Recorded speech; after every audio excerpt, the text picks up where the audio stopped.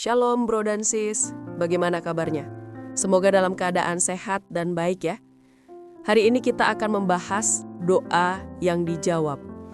Pernahkah kamu merasa doa-doamu seperti tidak dijawab Tuhan?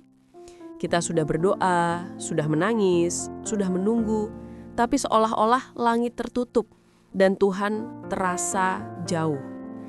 Tapi percayalah, Tuhan tidak pernah tuli terhadap doa anak-anaknya. Firman Tuhan dalam Filipi 4 ayat 6 berkata, "Janganlah hendaknya kamu khawatir tentang apapun juga, tetapi nyatakanlah dalam segala hal keinginanmu kepada Allah, dalam doa dan permohonan dengan ucapan syukur." Kuncinya adalah ucapan syukur. Doa bukan sekedar meminta, tapi juga bentuk hubungan kita dengan Bapa di surga. Sama seperti doa Bapa kami, doa yang sempurna, yang diawali dengan Bapa kami yang di surga. Menunjukkan bahwa doa kita harus ditujukan dengan hormat, dilandasi kepercayaan penuh, dan selaras dengan kehendak Tuhan, serta dipanjatkan dalam nama Yesus. Sahabatku, lalu kenapa ada doa yang belum dijawab? Ada beberapa hal yang bisa menjadi penghalang doa. Yang pertama, dosa yang belum dibereskan. Dalam Yesaya 59 ayat 1-2 dikatakan, tangan Tuhan tidak kurang panjang untuk menyelamatkan, dan pendengarannya tidak kurang tajam untuk mendengar. Tetapi dosamulah yang menjadi pemisah antara kamu dan Allahmu. Ketika hidup kita tidak benar di hadapan Tuhan, doa kita terhalang. Sebab, Yakobus 5 ayat 16 berkata, doa orang benar bila dengan yakin didoakan, sangat besar kuasanya. Yang kedua, salah berdoa.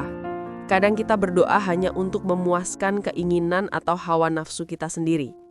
Yakobus 4 ayat 3 menuliskan, "Kamu berdoa, tetapi tidak menerima apa-apa, karena kamu salah berdoa. Tuhan tahu apa yang benar-benar kita butuhkan. Dia bukan selalu memberi apa yang kita mau, tapi selalu memberi apa yang terbaik bagi kita." Sebab seperti dalam Filipi 4 ayat 19, Allahku akan memenuhi segala keperluanmu menurut kekayaan dan kemuliaannya. Yang ketiga, mendua hati atau bimbang. Yakobus 1 ayat 6-8 berkata, "Orang yang bimbang seperti gelombang laut yang diombang-ambingkan oleh angin. Dan orang yang mendua hati tidak akan tenang, bahkan tidak akan menerima apapun dari Tuhan." Yesus juga berkata dalam Markus 11 ayat 24, "Apapun yang kamu minta dalam doa, percayalah bahwa kamu telah menerimanya, maka hal itu akan diberikan kepadamu." Ketika kita percaya, kita membuka pintu mujizat. Tapi ketika kita bimbang, iman kita melemah. Iman adalah dasar dari segala sesuatu yang kita harapkan, dan bukti dari segala sesuatu yang tidak kita lihat. Dan dari mana iman datang? Roma 10 ayat 17 berkata, "Iman timbul dari pendengaran, dan pendengaran oleh firman Kristus." Jadi saat kita melemah, kembalilah pada firman, karena di sanalah iman kita dikuatkan. Yang keempat, tidak taat pada hukum Tuhan.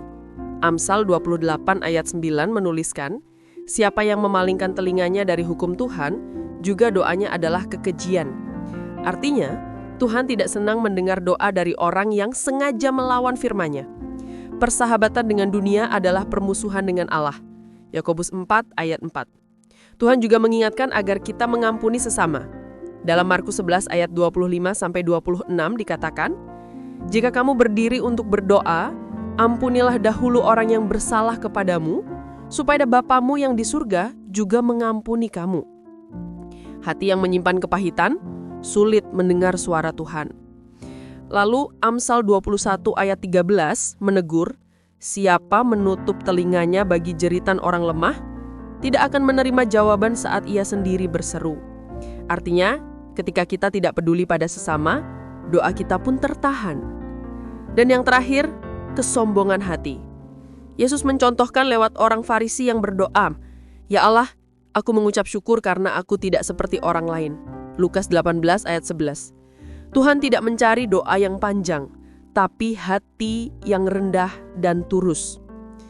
Sahabatku, Tuhan selalu mendengar, namun Ia menjawab doa dalam waktu dan cara yang berbeda. Kadang jawabannya ya, kadang belum saatnya, dan kadang tidak.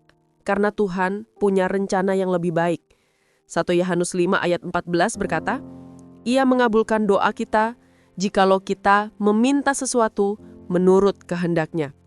Jadi, jangan berhenti berdoa, jangan lelah berharap, karena seperti yang tertulis dalam Lukas 18, Tuhan menghendaki supaya kita selalu berdoa dan tidak jemu-jemu. Kesimpulannya, jangan berhenti berdoa. Juga jangan jemu-jemu. Berdoalah dengan iman, dengan hati yang bersih, dan dengan kepercayaan penuh bahwa Tuhan selalu menjawab di waktu yang tepat. Tuhan Yesus memberkati. Mari kita berdoa. Tuhan Yesus, kami mengucap syukur buat kebaikan-Mu yang kami alami hari ini. Hari ini kami belajar untuk berdoa lebih sungguh, karena kami percaya Engkau selalu mendengar seruan kami dan menjawab doa kami tepat pada waktunya. Ampunilah kami sekiranya kami salah berdoa. Biarlah melalui renungan singkat ini, setiap kami yang menonton diperbaharui, diberikan pengertian yang baru, agar doa kami penuh dengan kuasa, karena kami berdoa sesuai dengan kehendak-Mu. Biarlah iman percaya kami semakin bertumbuh, hari demi hari, dan kami semakin kuat dalam menjalani kehidupan ini. Dalam nama Tuhan Yesus kami berdoa. Amin. Jika video ini kamu suka, klik like, subscribe, dan share ya. Biarlah channel ini berkembang dan menjadi berkat juga buat orang lain.